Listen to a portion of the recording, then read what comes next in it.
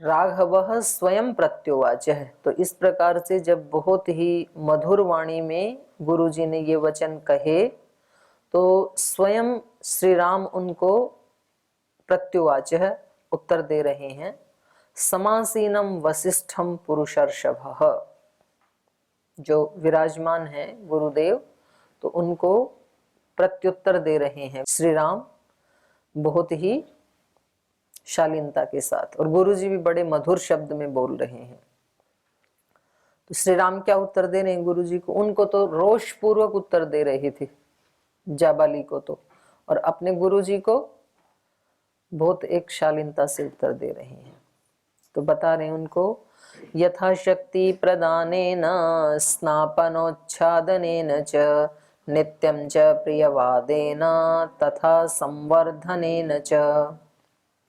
यथाशक्ति प्रदानेन स्नापनो उच्छादेन च, बोले जैसे माता पिता हमें शक्ति प्रदान करते हैं, भोजन आदि देते हैं, कितनी सेवा माता पिता करते हैं बचपन में, स्नान आदि करवाते हैं, वस्त्र आदि देते हैं, नित्यम प्रिय वादेन, और प्रतिदिन बहुत प्रिय शब्दों से भी हमारा उत्साह बढ़ाते हैं माता पिता, तथा संवर्धनेन च, और ऐसे ही करते हुए हमें बढ़ाते हैं वो। तो श्री राम बता रहे हैं कि जैसे नित्य ही माता पिता हमें शक्ति प्रदान करते हैं, स्नान करवाते हैं, भोजन आच्छादन देते हैं, प्रिय वाक्य बोलते हैं, आगे बढ़ाते हैं, तो ये जो माता पिता के उपकार हैं इनको चुकाया नहीं जा सकता कभी भी। माने मैं अयोध्या चला भी जाऊं और राज्य को संभाल भी लूं तो इतने मात्र से भी माता पिता के ऋण को चुकाया नहीं जा सकता। यन माता पितरौ वृत्तम तनये कुरुतः सदा न सुप्रतिकरम तत्तु मात्रा पितरा च यत्कृतम। यन माता पितरौ वृत्तम, जो माता पिता का वृत्त मतलब जो उन्होंने हमारे लिए किया है, तो वास्तव में ही एक अलग ही स्वभाव बन जाता है जब कोई बहन माँ बन जाती है या कोई भाई पिता बन जाता है, तो अपने संतानों के प्रति उसके अंदर एक अलग तरह की उदारता, एक करुणा, एक सहनशीलता अलग ही आ जाती है। ऐसे मैंने बहुत बहनों को देखा।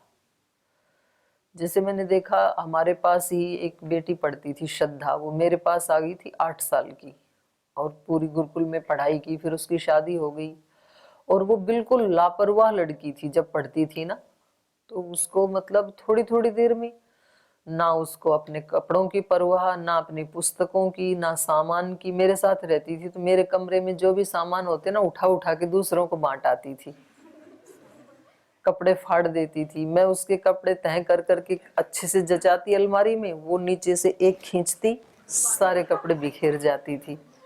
भाई मेरे को भी पढ़ाई करनी है, मेरे को वहां सेवा भी करती थी। मैं गुरुकुल लोहा कला में गई थी शुरू में, तो वहां पर 8 घंटे तो मेरे को सेवा में लगा रखा था। पढ़ाने की सेवा, गाय का दूध निकालने की सेवा दोनों टाइम, और यज्ञ करवाने की सेवा, क्योंकि 5वीं तक के बच्चों को मैं पढ़ाती थी। मैं बीए करके गई थी और उनके पास कोई अध्यापिका थी नहीं, तो मैं फ्री में मिल गई उनको। तो जाते ही अगले दिन से ही घंटियां लगा दी पढ़ाने की मेरी। तो 9 बजे से 3 बजे तक विद्यालय होता था, सारी घंटी भरी। सुबह शाम गायों का दूध निकालना, क्योंकि मेरी माता जी ने वहां जाके बता दिया कि हमारी बेटी यहाँ गुरुकुल में आ गई और हमारे यहाँ गाय थी, गाय का दूध यही निकालती थी, हमें आता नहीं है निकालना, तो इसके आने से हमें गाय भी देनी पड़ी किसी को। बोले अच्छा इसको दूध भी निकालना आता है। अगले दिन से 5 गायों का दूध निकालने की ड्यूटी। और फिर मैंने मंत्र जल्दी सीख लिए थे क्योंकि घर में भी करते थे हवन, तो मेरे को बहुत जल्दी से ही स्मरण हो गए थे 10-15 दिन में। तो बोलिए तो बहुत अच्छे मंत्र बोलती हैं। तो यज्ञ करवाने में भी ड्यूटी, उससे ऊपर से फिर श्रद्धा की ड्यूटी, उसको नहलाना, उसके कपड़े धोना, उसको संभाल। छोटा ही होता है 8 साल का बच्चा। तो मेरे को ये लगता था कि मतलब इसका जीवन चलेगा कैसे, इतनी लापरवाह लड़की है ये। और जब उसकी शादी हो गई, जब उसका बच्चा हो गया, तो फिर मैं गई बेंगलोर, मैंने देखा वो इतने अच्छे से संभाल रही है अपने बच्चों को। तो मैंने कहा ये परिवर्तन कैसे आया भाई तेरे अंदर? बोल जी पता नहीं कैसे आया। तो माँ बनने के बाद एक अलग मातृत्व पैदा हो जाता है। यद्यपि वो सबके लिए नहीं होता है, होता है अपने बच्चों के लिए। तो अपने बच्चों की बहुत चीजें माता पिता सहन कर लेते हैं, दूसरों के नहीं कर पाएंगे। इतना इतना अभी नहीं सोचा है उन्होंने, पर जिनके लिए सोचा है कि हम इनके माता पिता हैं, उनका काफी वो सहन कर लेते हैं बेचारे। तो यहाँ पर श्री राम कह रहे हैं यन माता पितरौ वृत्तम, जो माता पिता का हमारे प्रति किया हुआ जो वृत्त है उनका, तनये कुरुतः सदा, जो अपने बच्चों के लिए सदा करते हैं माता पिता, वो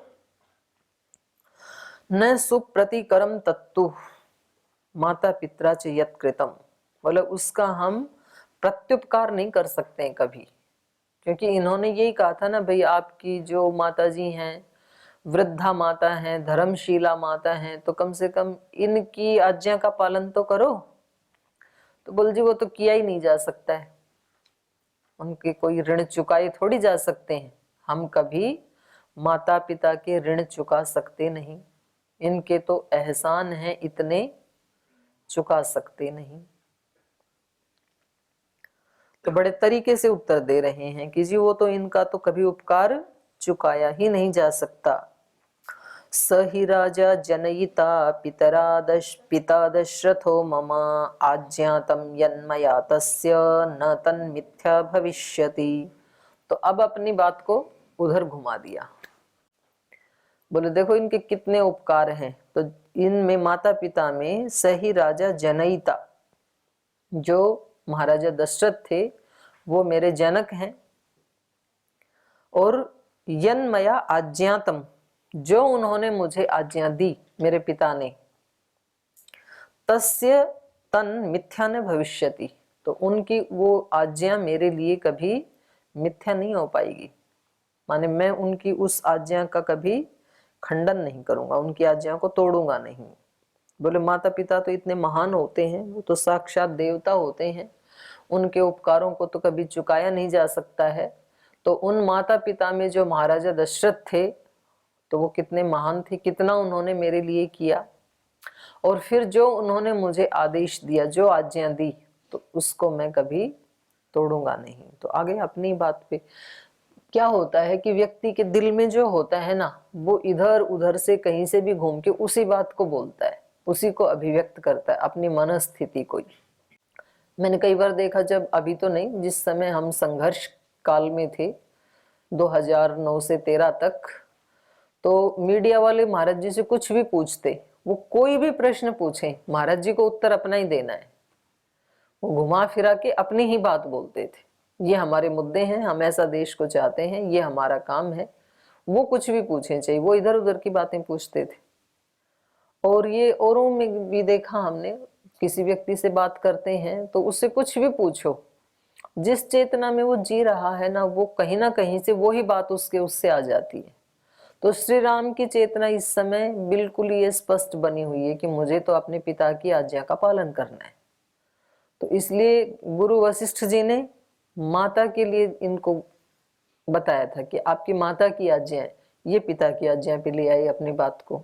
बोले मेरे जो पिताजी थे दशरथ जी, तो उनकी जो आज्ञा थी, आज्ञातम तन मिथ्या न भविष्यति, वो असत्य नहीं हो सकती, उसको मैं जरूर पालन करूंगा।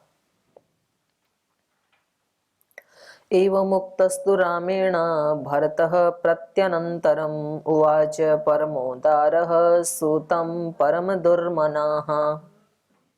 रामेण एवं उक्तस्तु, अब गुरु जी को भी उन्होंने उत्तर दे दिया, मतलब गुरु जी की आज्ञा का पालन भी नहीं किया कि जाना नहीं है मेरे को। रामेण एवं उक्तस्तु भरतः प्रत्यनंतरम, तो अब भरत जी को लगा भाई ये तो अंतिम ब्रह्मास्त्र भी फेल हो गया, विफल हो गया। क्योंकि इनको लग रहा था थोड़ा सा कि हो सकता है वशिष्ठ जी समझाएंगे तो इनकी बात की अवमानना तो श्री राम नहीं करेंगे, इनकी बात तो मान ही लेंगे। लेकिन इन्होंने तो उनकी बात भी नहीं मानी, उन्होंने कह दिया कि मेरे पिता की जो आज्ञा है मेरे लिए वो मिथ्या नहीं हो सकती है, मैं उसका पालन करूंगा। तो भरत जी थोड़े उदास हो गए। उवाच परम उदारः, लेकिन फिर भी परम उदार हैं भरत जी। परम दुर्मनाः सूतम उवाच, बहुत दुर्मना दुखी मन वाले, बहुत दुखी मन वाले होकर के उन्होंने सूतम उवाच, सुमंत्र से जो उनके सारथी हैं उनसे कहा कि भाई ये तो नहीं चलेंगे, ये तो क्या करें। इह मे स्थंडिले शीघ्रम कुशानास्तर सारथे आर्य प्रत्युपवेक्षामि यावन मे न प्रसीदति। उनसे कहा कि हे सारथे, हे सारथी, शीघ्रम कुशानास्तर इह मे स्थंडिले, कुशाओं का एक बिछोना यहाँ पर फटाफट बिछा दो कुटिया के सामने जहां बैठे हुए थे चित्रकूट में। तो कहा कि शीघ्र ही आप कुशा ले आइए और यहाँ पर बिछा दीजिए। आर्य प्रत्युपवेक्षामि यावन न मे प्रसीदति, तब तक मैं यहाँ पर इनके चेहरे की तरफ देखता रहूंगा स्वीकृति के लिए, जब तक ये मेरे ऊपर प्रसन्न ना हो जाए। माने सत्याग्रह कर दिया एक तरह से कि जब तक श्री राम वापस नहीं लौटेंगे मैं यहीं इन कुशाओं के ऊपर ही आसन लगा करके बैठा रहूंगा और इनके उत्तर की प्रतीक्षा में इनके चेहरे की तरफ देखता रहूंगा। इनकी हाँ कब होगी, जब तक ये मुझसे प्रसन्न न हो जाए मैं भी यहीं रहूंगा, क्योंकि अब तो और तो कोई बचा ही नहीं समझाने वाला। गुरु वशिष्ठ जी तो अंतिम थे। अनाहरो निरालोको धनहीनो यथा द्विजः शेषे पुरस्ताच्छालायां यावन्न प्रतियास्यति स तु रामम् अवेक्षन्तं सुमन्त्रं प्रेक्ष्य दुर्मनाः कुशोत्तरम् उपस्थाप्यं भूमौ एवस्तरस्त्वयं स्वयं। तमुवाच महातेजा रामो राजर्षि सत्तमः किं मां भरतः कुर्वाणं तातः प्रत्युपवेक्षसि ब्राह्मणो ह्येकपार्श्वेन नरान् रोद्धुं विहार्षसि न तो मूर्धाभिषिक्तानां विधि प्रत्युपवेशने उत्तिष्ठ नरशार्दूल हित्वैतद्दारुणं व्रतम् पुरवर्याम्यतः क्षिप्रम् अयोध्यायां याहि राघव। भरत जी ने कहा कि मैं यहाँ पर अनाहर, आहार भी नहीं लूंगा, अनशन कर दिया पूरा। अनाहर निरालोकः लोचरी दर्शने, देखूंगा भी नहीं, आंखें भी बंद रखूंगा, बिना देखे बिना खाए। यथा धनहीन द्विज, जैसे कोई निर्धन ब्राह्मण जब उसके पास कुछ खाने पीने को नहीं होता है तो भी वो क्या करता है, आंख बंद करके अपना ध्यान लगाता है, भाई ठीक है भगवान जब भेजेगा तो खाएंगे। तो जैसे कोई धनहीन द्विज बिना खाए पिए और आंख बंद करके रहता है, ऐसे ही मैं रहूंगा। ऐसे ही शेष से मैं इस कुशा के बिछौने पर लेटा रहूंगा अनशन करके, आंख बंद करके बिना खाई निराहार। पुरस्तात् छालायाम, जो श्री राम की शाला है इसके सामने, पंचवटी के सामने, पर्णकुटीर के सामने। यावन न प्रतियास्यति, जब तक ये वापस नहीं चलेंगे तब तक यहीं मैं इनकी कुटिया के सामने इस कुशा के ऊपर बिना कुछ खाए पिए और आंख बंद करके सत्याग्रह करता रहूंगा, प्रायोपवेशन करता रहूंगा। तो जब इन्होंने ये कहा तो सुमंत्र जी को अब ये समझ में नहीं आ रहा कि इनके आदेश का पालन करूं, कुशा लाके दूं इनको या नहीं लाऊं। तो उन्होंने राम की तरफ देखा, क्योंकि ये तो दोनों के ही सेवक हैं, श्री राम के भी और भरत जी के भी। स तो रामम अवेक्षन्तम, वो तो राम की तरफ देख रहे हैं, मतलब उनसे अनुमति चाह रहे हैं वो कि राम भी इसकी अनुमति दें तो मैं कुशा लाऊं। तो भरत जी ने देखा कि ये तो राम की तरफ देख रहे हैं, इसके लिए राम के मुंह की तरफ देख रहे हैं। स तो रामम अवेक्षन्तम सुमंत्रम दुर्मनाः प्रेक्षः, दुखी मन से होकर के भरत जी को देखा कि भरत जी श्री राम की तरफ देख रहे हैं, ऐसे उन्होंने देखा भरत जी ने। तो उनको लगा कि भाई ये भी मेरा कहना नहीं मानेंगे, क्योंकि ये भी इसके लिए श्री राम की अनुमति लेना चाह रहे हैं। तो इसलिए उन्होंने कुशोत्तरम उपस्थाप्यम, अपने आप ही कुशाएं उठा करके अपने आप ही जमा लिया वहां पर कि ये सुमंत्र तो सुनेंगे नहीं, ये तो राम की तरफ देख रहे हैं, उनकी सहमति लेना चाहते हैं, तो मैं स्वयं उठा लाऊंगा, कोई बात नहीं है। कुशोत्तरम, ये ना ऊ की मात्रा मैं के नीचे होनी चाहिए, कुशोत्तरम उपस्थाप्यम ऐसे होना चाहिए। जो पै के ऊपर है ना, पै के नीचे है, वो मैं के नीचे लगा लीजिए। भूमौ एव अस्तरत स्वयं, तो धरती के ऊपर स्वयं ही उन्होंने उसको बिछा लिया, फैला लिया कुशाओं के आसन को। सुमंत्र जी तो उधर देख रहे थे। तमुवाच महातेजा रामो राजर्षि सत्तमः किं मां भरत कुर्वाणं तात प्रत्युपवेक्षसि। तो जब उन्होंने पूरा जमा लिया, उन्होंने सुमंत्र की भी वो प्रतीक्षा नहीं की कि सुमंत्र जी बिछाएं तो ही मैं बैठूं, अपने आप बिछा करके बैठ गई। तो श्री राम ने देखा कि भाई ये तो गड़बड़ हो गया मामला, ये तो बैठ गए और ये उठेंगे नहीं अभी। तो उनसे पूछ रहे हैं, तम उवाच महातेजा, महातेजस्वी श्री राम ने भरत जी से कहा, राजर्षि सत्तमः, जो राजऋषि के समान है श्री राम, ऐसे श्री राम ने भरत जी से कहा कि माम भरतः कुर्वाण, हे भरत जी मैंने ऐसा क्या किया, ऐसा आपका क्या बुरा किया मैंने, जो तात प्रत्युपवेक्षसी, जो आप यहाँ प्रायोपवेशन पे बैठ गए, आप मेरे विरोध में सत्याग्रह के ऊपर बैठ गए, तो ऐसा तो मैंने आपका कुछ बुरा किया नहीं, तो आप ऐसा क्यों कर रहे हो भाई, ऐसे बोला उन्होंने। तो इस इन्हीं सूत्रों से नीचे इन्होंने वो दी है टिप्पणी कि महात्मा गांधी ने नहीं किया सत्याग्रह, सबसे पहला सत्याग्रह किसने किया, भरत जी ने किया।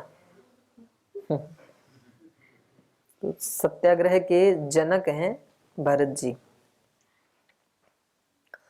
ब्राह्मणोरेक पार्श्वेन नरान रोद्धुमिह अर्हसि न तो मूर्धाभिषिक्तानां विधि प्रत्युपवेशने। बोले आंदोलन करना, प्रायोपवेशन करना ये राजाओं का काम नहीं है।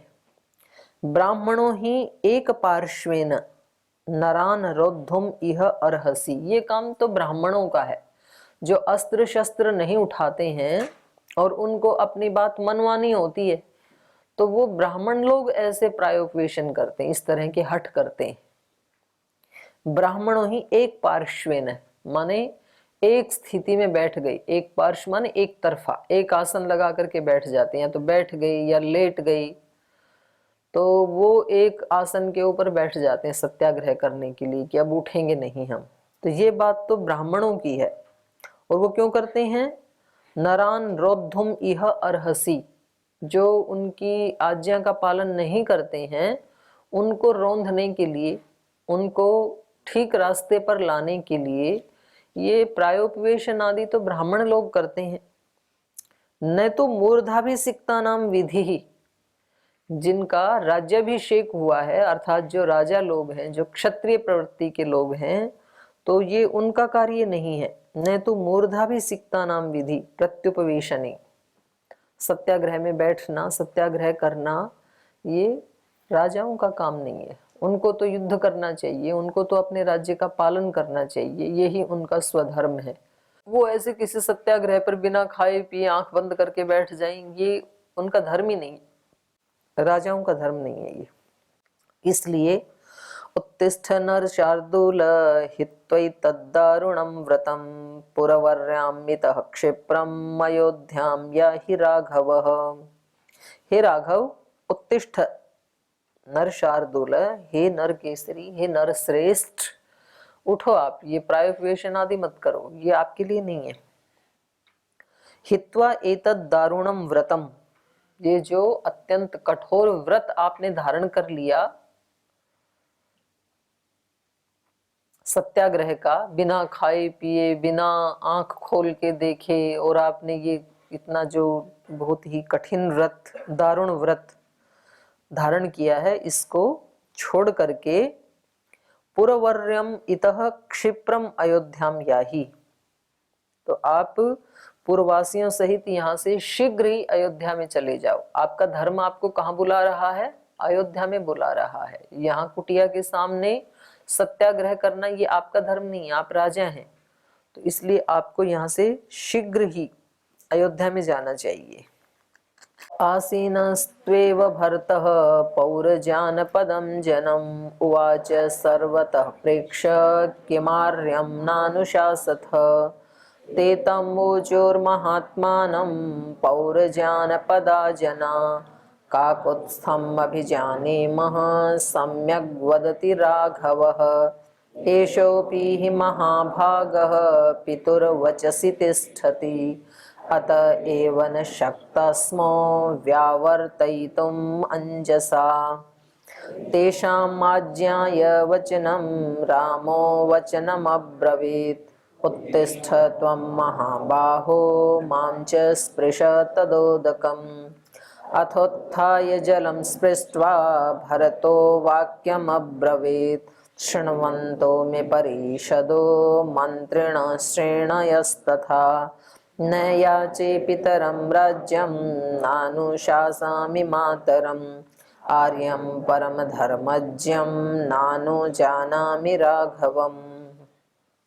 आसीनस्तु एव भरतः पौरजानपदं जनम उवाच, तो इस प्रकार जब वो बैठे हैं और श्री राम वहां से भी उठा देना चाह रहे हैं उनको, तो उन्होंने सर्वतः प्रेक्ष्य, चारों तरफ देखा, तो पूर्ववासी सब बैठेंगे चारों तरफ।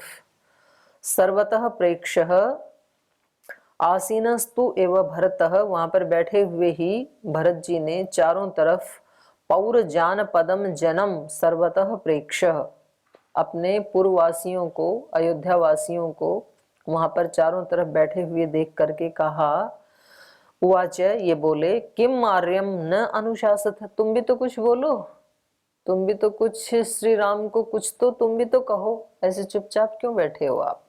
क्या आप आर्य राम को कुछ नहीं बोलेंगे? माने आप नहीं समझाएंगे क्या इनको? किम आर्यम न अनुशासत, आप भी तो श्री राम से कुछ विनती करो, कुछ इनको कहो कि ये मेरी बात माने, थोड़ा मेरा सपोर्ट करो, तुम भी तो बोलो कुछ। तो जब व्यक्ति की खुद की बात नहीं सुनी जाती है तो क्या करता है?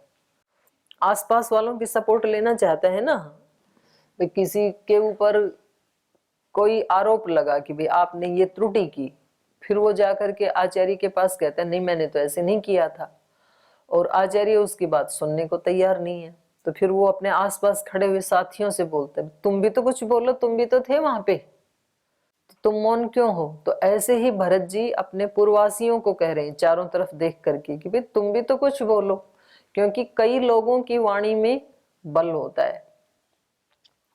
बहुत लोग मिलकर के, यद्यपि ऐसा नहीं है कि बहुत लोग मिलकर के बोले तो असत्य सत्य हो जाता है, ऐसा नहीं है। लोक में कहा तो यही जाता है कि भाई एक बात को, एक झूठ को यदि 100 लोग बोलें सत्य करके तो वो सत्य जैसे लगने लगता है, ऐसे बोल देते हैं ना। लेकिन ऐसा नहीं है, सत्य तो सत्य ही होता है, असत्य तो असत्य ही होता है। चाहे उसको 1000 लोग भी मिलके क्यों ना बोले तो भी वो सत्य बनेगा नहीं कभी भी। आभासित किसी दूसरे को हो और वो वैसा करे तब भी वो असत्य ही रहेगा, सत्य नहीं बन सकता है। लेकिन हाँ ये जरूर है कि जब बहुत लोग मिलकर के किसी बात के लिए बोलते हैं तो अगले व्यक्ति के ऊपर थोड़ा जोर तो पड़ता है। तो इसलिए किसी को जैसे राजा से कुछ करवाना होता है तो फिर वहां रामलीला मैदान में जाकर के धरना प्रदर्शन करते हैं, तो भाई तुम हमारी बात को मानो। और ऐसे बाहर तो आजकल तो स्कूलों में, कॉलेजेस में, वहां भी अपनी बात मनवानी है तो बहुत सारे विद्यार्थी इकट्ठा होकर के फिर अपनी बात मनवाते हैं। तो ऐसे भरत जी कह रहे हैं, दूसरों को कह रहे हैं भाई आप लोग भी तो बोलो।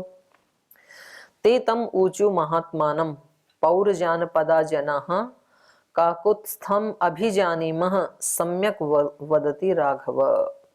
तो जब उन्होंने कहा कि आप भी कुछ बोलो। तो उन्होंने भरत जी से कहा, तम ऊचु महात्मानम, महात्मानम भरतम ते ऊचु। वो नगरवासी महात्मा भरत जी से कहने लगे, जो पौर जानपदा जनाः काकुत्स्थम अभिजानी में, हम श्री राम को जानते हैं, सम्यक वदति राघवः, और हम आपको भी जानते हैं। तो श्री राम को कह रहे हैं कि जो ये कह रहे हैं भरत जी, ये ठीक ही कह रहे हैं। मतलब इतनी हाँ में हाँ मिलाई उन्होंने भरत जी की कि हम जानते हैं भरत जी को और हम जानते हैं श्री राम आपको भी, इसलिए जो भरत जी कह रहे हैं वो ठीक ही कह रहे हैं। एषोपि ही महाभागः पितुर्वचसि तिष्ठति अतएव न शक्ता स्मः व्यावर्तयितुम अंजसा। और बोले हम श्री राम को भी जानते हैं, क्योंकि ये भी अपने पिता के आदेश का पालन कर रहे हैं और बचपन से हमने देखा है। तो अब हम क्या बोलें आप दोनों भाइयों के बीच में।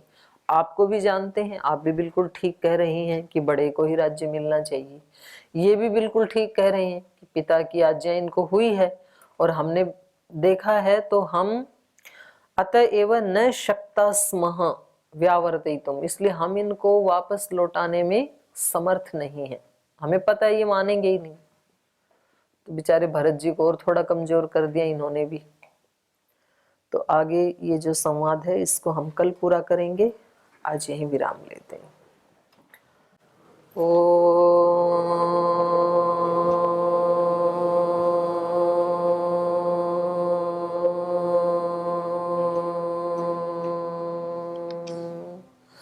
शांति शांति शांति ही। श्री गुरुभ्यो नमः। तू ही माता, तू ही पिता है, तू ही बंधु, तू ही सखा है। तू ही माता, तू ही पिता है, तू ही बंधु, तू ही सखा है। तू ही है करुणा निधान। हे राम हे राम, हे राम हे राम। तू अंतर्यामी सबका स्वामी, तू अंतर्यामी सबका स्वामी। तेरे चरणों में कोटि प्रणाम। हे राम हे राम, हे राम हे राम। तू ही दुख त्राता विश्व विधाता, तू ही दुख त्राता विश्व विधाता। तेरे शरण में है विश्राम। हे राम हे राम, हे राम हे राम। तू ही माता, तू ही पिता है, तू ही बंधु, तू ही सखा है। तू ही है करुणा निधान। हे राम हे राम, हे राम हे राम, हे राम हे राम। ओम श्री गुरुभ्यो नमः।